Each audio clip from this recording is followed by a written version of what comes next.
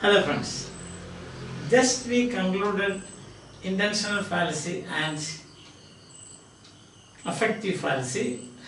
Now during this period, the period of new criticism, these are parts, or you can say these are different aspects of new criticism, intentional fallacy and affective fallacy and so on. Higher rituals, classroom experience, these are different aspects of or different forms of, we can say, new criticism. The central idea of new criticism we have already seen. What is that? That is the verbal icon. The text is the icon. Verbal means text. The text, the iconic position or status of the text. That is, or close reading. Text alone. The biography of the author is unimportant. History is unimportant. Culture is unimportant. These things are not. What we have to do is we have to. Our center of attraction is the text. Now during this period, even some people consider the Chicago critics also as another aspect of new criticism, new critical movement. There's nothing like new criticism as such, a theory as such, but it's a movement, as you can see. Now during this period, some eminent persons say about, you might have come across R.S. Crane, C-R-A-N-E. The full name is Ronald Salmon Crane. Ronald Salmon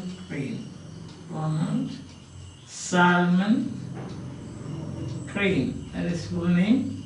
And then there is another professor of different, say, philosophical systems, so we can say. Richard McCain.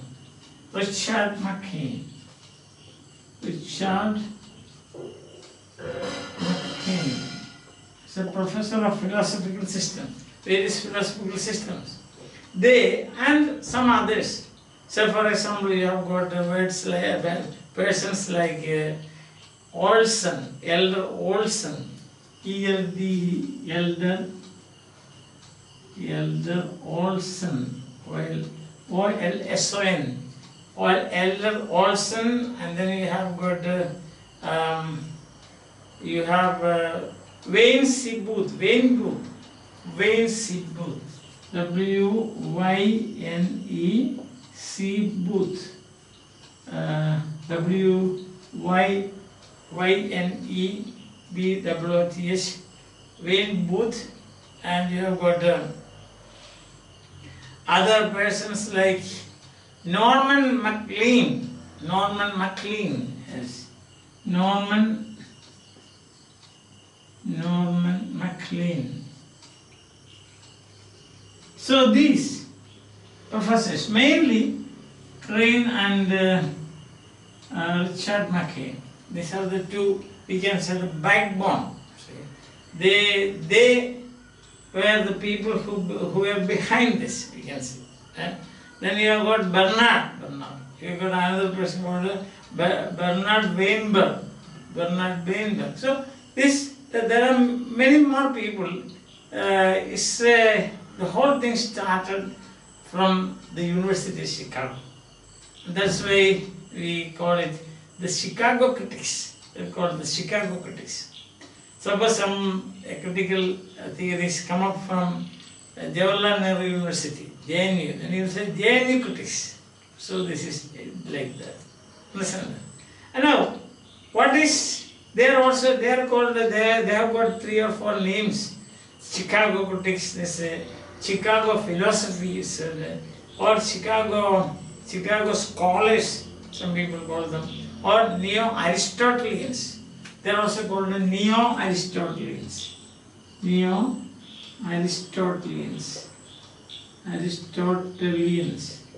or Chicago philosophy, Chicago critics, Chicago school, like that. They are given different names like that. Chicago philosophy, yes. Now, what is it all about? What is this Chicago philosophy? And via the majority of the new critics. So like, for example, you have got Wimsett, then Beardsley, and Eyre-George, you have got T.S. Eliot, you have got Cleon Brooks, you have got John Ransom, and you have got Alan Tate. Why are these people against this Chicago critics, and why are the Chicago critics so vociferous? I mean, shouting against this new critical movement. First, we should know what are the claims of the Chicago critics. They have got 4 or 5 claims. You can say half a dozen if you want, you can expand it to that. First and foremost, their claim is that, text, you should take the text as a whole, WHO. So that's what's the first claim. Whole, text as a whole. Now why do they say like this? Because we have seen what is the approach of the new critics. They are interested only in the language part of it. That is how language is used. Irony, metaphor, paradox and all those. Understand? They are not concerned with other things in the text. So for example, plot, character, later we came to about fabula, sujet, isn't it? Then the emotional effect, say catharsis and so on. They are not concerned about it. So according to the Chicago critics, the new critical movement is partial. That's the thing. Not whole. So they are standing for the whole. Understand? That's point number 1. Then second is a new critical movement, 1, 2, new critical movement, they are not concerned about genre. See, for example, G-E-N-R-E is pronounced genre. Sorry, genre. This is how it is pronounced, genre. See? So that is kind, the kind of literature, that's all. Not kind, but this kind. He is a kind man, not that kind of literature. Or you can say types of literature, you can say. So for example, you have got a drama, then a novel, there is different genre, lyric and epic, short story, these are different genre. So the new critics, they are not concerned about that. But the Chicago critics, they place a work of art within the framework of a genre, which the new critics are not concerned about. Understand? Then the third contention of the Chicago critics is that language and diction. They said language and diction, they are only building materials. Building materials. And not, see, like for example, we say you are constructing a house, bricks, cement, and so on. They are building materials. That is not the structure as such. So the new critical movement, they are more concerned about language and diction. That is only the building materials. So that is another contention of these people. Understand? And the fourth point is, so the new critical movement, they are not concerned about humanities. See, they are not concerned about reviving humanities and make the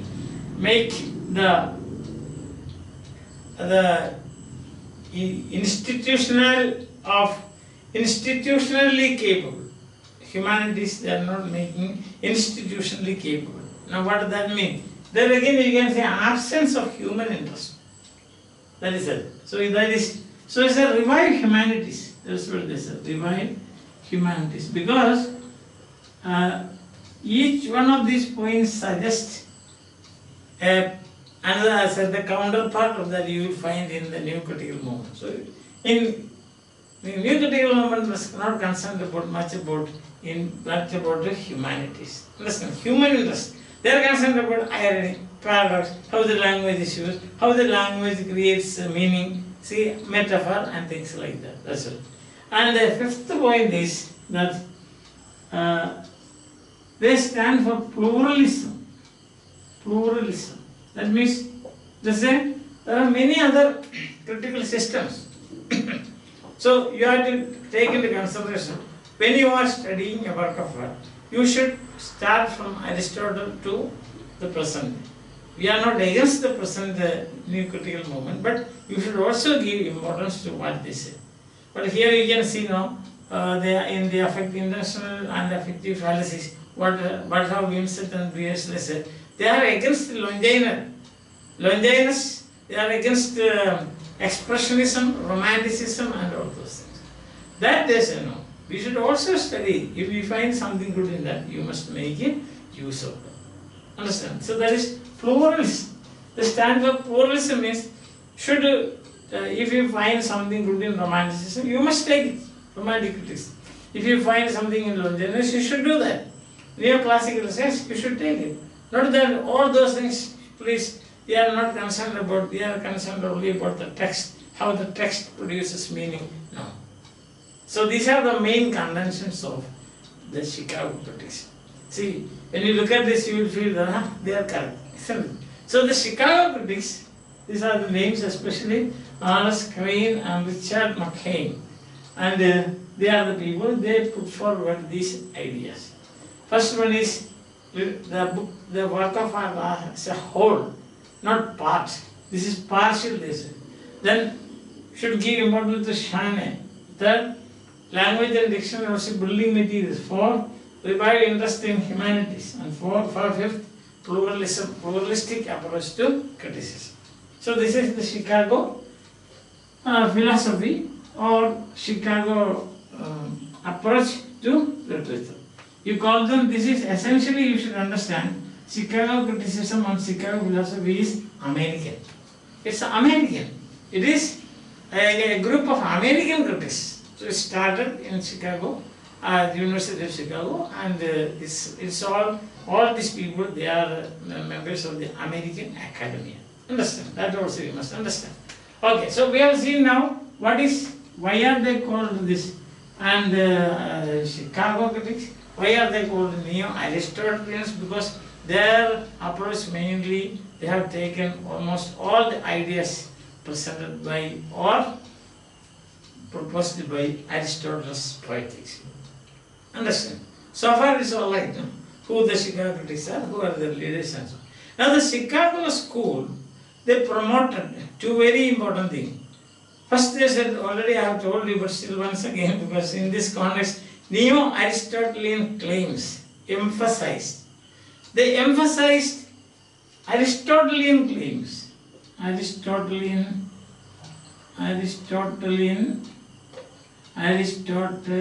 yes. Sometimes you make mistakes here. No? Aristotelian claims. And what are Aristotelian claims? We have already seen that. That is, you have to take into account plot, character, thought, genre, and effect, catharsis. So Aristotle's poetics, you know how the chapters are, no? Tragedy, comedy, see? Tragedy, comedy, dithyramb, lyric, see, these are epic and so on. He said, he deals with the different genre or different kinds of literature. That is it, Aristotle. And also Aristotle deals with plot. The whole tragedy is an imitation of an action, that is how it is. No.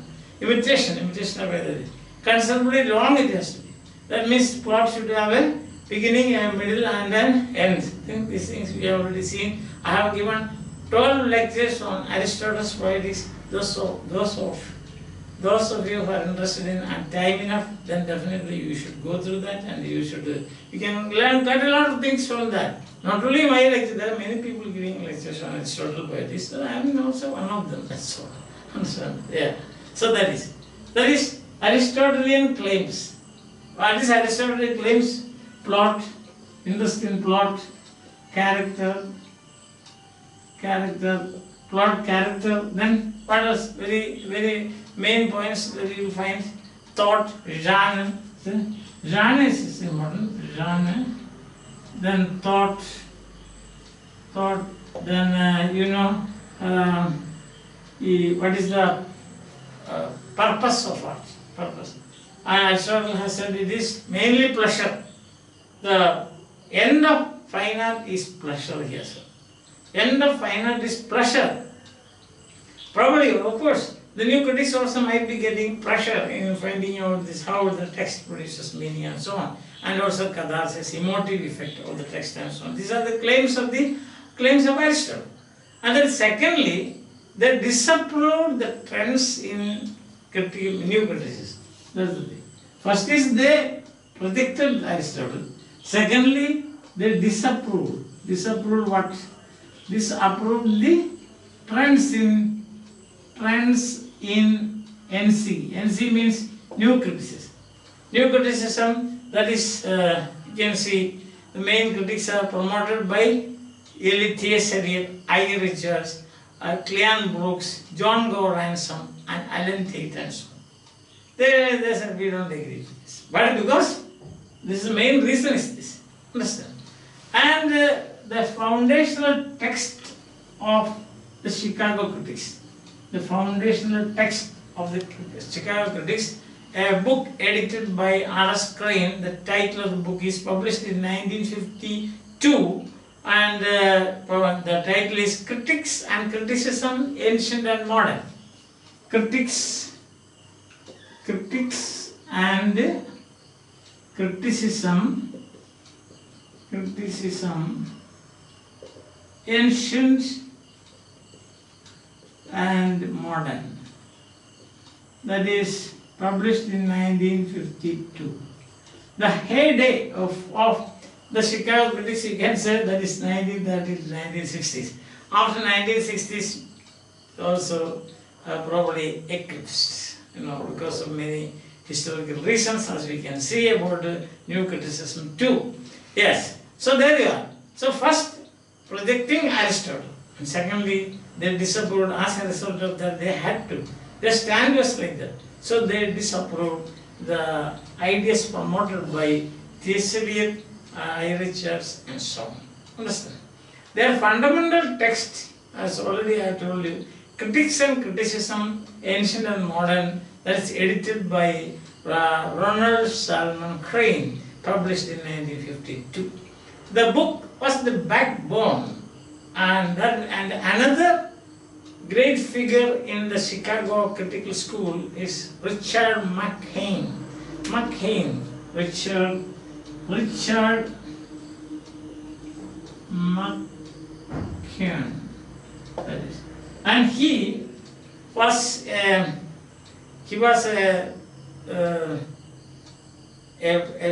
philosopher, specialist, a specialist in the history of philosophical system. Richard McCain was specialist in the history of philosophical system. That's why he landed in Aristotle. They owe two things to him. The Chicago critics, they owe two things to Richard McCain. And these are, again, the main points you can see. First one is how they are indebted to Richard McCain, the specialist in the history of philosophical systems. First, there's a deep preoccupation with Aristotle's literary philosophy, naturally. So first is a deep preoccupation with Aristotle's literary philosophy. That is the first thing that they were indebted to Richard McCain, that professor of history of philosophy system. And second thing is that a pluralistic theory regarding various historically recoverable critical systems. Right from Aristotle. See that? So that is a pluralistic theory. Second one is, he supplied this idea, a pluralistic means many theories. A pluralistic theory of recoverable of all the recoverable means what that can some of these things you can see now in this when you read history, some of the ideas of people or some critical movements, we don't know anything about that. Probably it must disappear.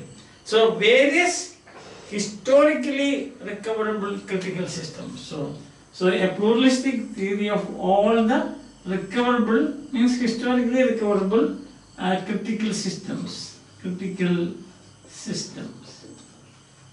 Okay, the historically recoverable critical system. So that is pluralist. So again you can see two things. One, that the new critics, they are not concerned about plot, character and so on. But the Chicago critics are. Why? Because their criticism they have taken directly from Aristotle. Aristotle's theory. And that was applied by Professor Mathew. That is a professor of history, specialist in the history of a philosophic system. Second one was pluralistic theory. That means consider all the possible and available recoverable critical systems, and then construct a new poetics. And then the result of this recoverable critical systems are a new poetics. They must have a new poetics. Like in Northrop Frye, when we were discussing archetypal criticism, that is another attempt to create a new poetics. Understand? That is what is, you can see in short, in one point, as if we consider the archetypal criticism is Sisyphus Smith, like a Sisyphus Smith, repeating, that is coming and going. I remember when we were discussing this, there was a Hindi song line. I said, Ana or Jana, that is Ana hai, ek pyar ka nagma hai. That is a film song, so that is actually archetypes. Kuch paana hai, kuch khona hai. Something you gain, something you lose. This is what is happening every time. In any work of art, this is what. Something is lost, something is found. Well, that is a new critical, a type of criticism that you can see, a new poetics. So, Northrop Frye was trying to, Canadian professor, he was trying to say, what is it called, a new system. That is what you call the poetics of archetypes. Understand? Okay, that is just concerned about this when I was talking about that, it just came in, this idea came in. And then of course it has got some relevance. Yes. So constructing a new poetics. So here we start. Yes. So the successive critics from Plato to Tolstoy and Richards, according to these people, are in a sense, they're competitors. They are competitors. But what is the problem? Each one played individual games, individual chords. That's what they say. Successive critics from Plato to Tolstoy, Richards to T.S. Eliot, and so on, you can say like that. They are competitors, but somewhat like a tournament of tennis. That's what they compare. Tennis players playing each by himself in separate courts. About that. It is like a tournament of tennis players. Where are they playing? Each by himself. See? And also in separate courts. So there is no convergence. There is no point of convergence. That is what Richard McCain says. Pluralism. You have to try to somehow find a point of convergence. Understand? Now, what are the central combats? Combat means the fight. The fight between these two systems, new and old. So the central combat. Combat means fight, between these two. What is the central point that they were, say, combat? That is the aim. That is the Chicago critics' aim. First one is that the modern critics are dogmatic. They attack. How are they? Or you can say they attack. It's a kind of reaction against me. Modern critics or new critics, you can see new critics, they are dogmatic. What is dogmatic means? You remember when we were discussing intentional fallacy and the affective fallacy, this Beardsley and Wimsatt, they said, teacher is the explicator. Sorry, the critic is an explicator. The critic is a teacher. He should explain the cognitive structures rather than just, this is wonderful, oh, that is beautiful. So that's it. And they say it is too dogmatic. Means teachers there, They are not they are not appreciating or trying to find out the worth of a or value of a work of art, like say discussing plot and so on. But now they are just teachers and explicators. IRHS, for example, famous for his classroom experiment. Very often we remember, whenever we think of new critical movements, we think of IRHS and his classroom movement. Wow, classroom experiments. What are his classroom experiments? You remember that he took away all the information, direct or indirect, about a lyric or a short piece, and then handed over to the students to find out, say, they should create, or they should develop their own ideas. What the text talks to you. That's what he said. Now you write that down. What can, say, just by reading this without any help or any guides, as we said today, any guides or any directions from anybody or any suggestions about the author, his biography, his background, his culture, his environment, his atmosphere, everything means almost the same thing. See, so they should find out, generate ideas. Yes, they should generate ideas. That's what it says. To this, Wimsatt and the new critics, they have an answer. They said, critical principles are neither doctrinal absolutes nor historically necessitated beliefs.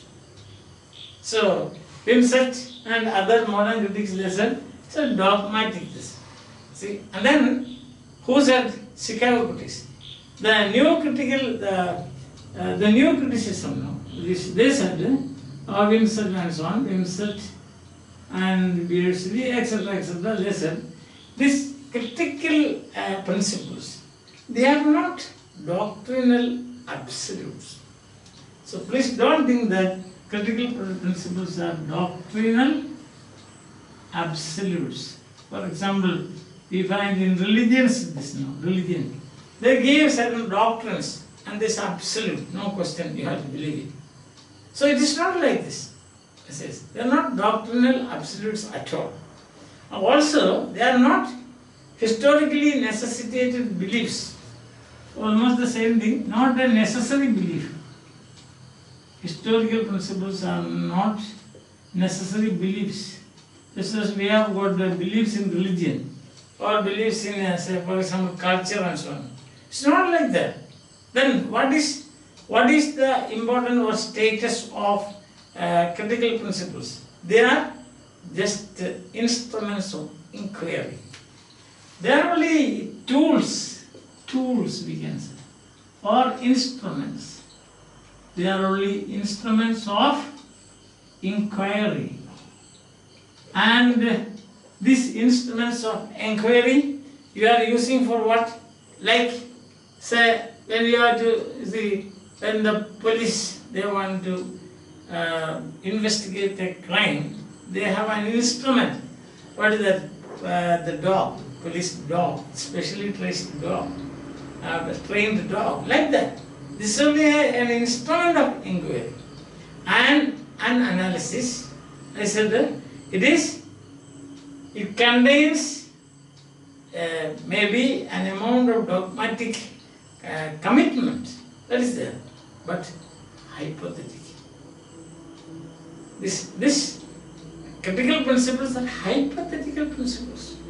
They are not historically necessitated beliefs. They are not, as we have seen, doctrinal absolutes. No, they are only instruments of inquiry. That is also tentative, or we say hypothetical. Therefore, please don't say that we are dogmatic. The new critics are dogmatic. Understand? So the first attack is this. You are dogmatic. And then the answer to this is, we are not dogmatic. Critical principles are dogmas, not necessarily beliefs, necessitated beliefs. It's only tools of inquiry. And that too is only hypothetical. Means it's not a thesis, it is hypothesis. Means below the level of absolute truth. So that is what they argue this. Alright. That is first one. Secondly, It's like a court of law, isn't it? So they say something, and then what do? The new critics, they give an answer to it. See that? And the second one, Crane and others, they said that they viewed their Aristotelian principles strictly pragmatic and they said that it is non-exclusive. That means it includes all the different aspects of a work of art, like plot, character, and so on. So this is the second contention of the Crane and others. They said Aristotelianism, so to say, is strictly pragmatic and non-exclusive.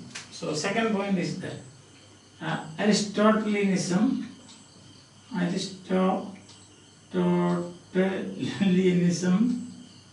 is strictly pragmatic, means practical and non-exclusive. It means includes all aspects. That means includes all aspects, like plot and so on. Understand? So that's what this is. And then to this Wimsatt says that Wimsatt says they speak of, this is very interesting, it's a juggling with words also. They speak of pluralism, but their dependency on Aristotle's principles. They speak of pluralism. They say, Richard McCain, we have seen pluralism. But they are depending on what? They are anchoring on one point only. And what is that? That is the principles of Aristotle. And therefore it is exclusive of others. They are not including everything. So therefore they say something and they are practicing just the opposite. Understand? So poetry, they say, depends upon Aristotelian hypothesis about poetry as say, we can see poetics, and therefore they say, and therefore Wimsatt and the new critics say, it is restricted. Understand? They are speaking about all the critical systems available. You have to recover, you have to use, you have to make the good things, find out the good things, put them together and new poetics, but they speak only about Aristotle. So it is, their view is restricted. So that is also dogmatic. See, they teach Aristotle. You are criticizing, the Chicago critics are criticizing the new critics, saying that you are dogmatic. But you are also dogmatic because you are like. Understand? Then, a third point is what the Chicago critics say. So 2 points we have already seen. Now the third point is that they are saying that all systems are parallel. Rather they are successive, partial, and overlapping. All systems, right from Plato, you can see they are all. There is some point here and they are overlapping. Understand? And also you will find that they are parallel and they are partial, not whole. None of these systems, you can say, it will fully satisfy you. Otherwise, why should you have new systems? Each system is partial, and that's why you have got new systems. Finally, we found now in post-structuralism and so on. Yes, they are overlapping in an attempt upon common problems. So all systems are trying to find out a solution for the common problems that they are facing, the critics are facing. Understand that? So you have to take everything into account. And Olson especially speaks about Wimsatt. Wimsatt is a syncretist. Wimsatt is, so it is all the, I can say, all the systems are parallel, isn't it? All the systems are parallel, then all the systems are parallel, they are successive, they are partial, and overlapping, That's why you have got different systems. No? New systems are coming up. See? And therefore you cannot say the new criticism is the only one. That's what they are trying to say. And also said that this Wimsatt is a syncretist. Syncretist. What is syncretist means? Means Wimsatt is trying to, Wimsatt and his friends, or say that group of people, they are trying to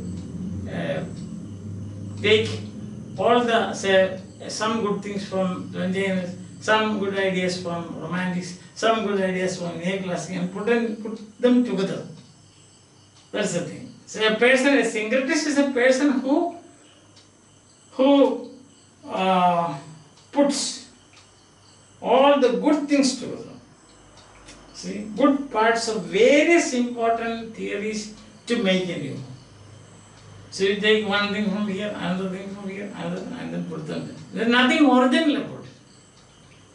There is nothing like you have got, you have got a competition that is what do you call, not some putting different pictures, parts of different pictures, and then making a kind of picture that is, you got, I forgot the name, not camouflage. Camouflage is not the name, it is camouflage means hiding something. So that is, can you remember, do you remember that? That's called different things together. Oh, I just forgot that. Okay, I will look up and say tomorrow, not today. I think none of you remember? None of you remembers that? Nobody? Collage. Not camouflage, collage. So syncretist is like a collage. Syncretist, what he does is, he is doing work of a collage, working for different things together. So he is nothing original in that. What is original is putting them together. Understand? That's one of the examples that I can give you. So, and it says syncretist. And what does Wimsatt and others say? That these people are hypocrites. The Chicago critics are hypocritical. They answer like that. Hypocritical. Why they are hypocritical? The Wimsatt and others are syncretists because they collect useful points from different systems and put them together and make a new poetics. But Wimsatt and others, they attack the Chicago critics. This is a kind of, you can see something like a quarrel, you can see. Of course, in the academic level, not that they are hurling abuses on each other or insulting, not like that. It's the intellectual. It's an intellectual quarrel, you can say. Yes.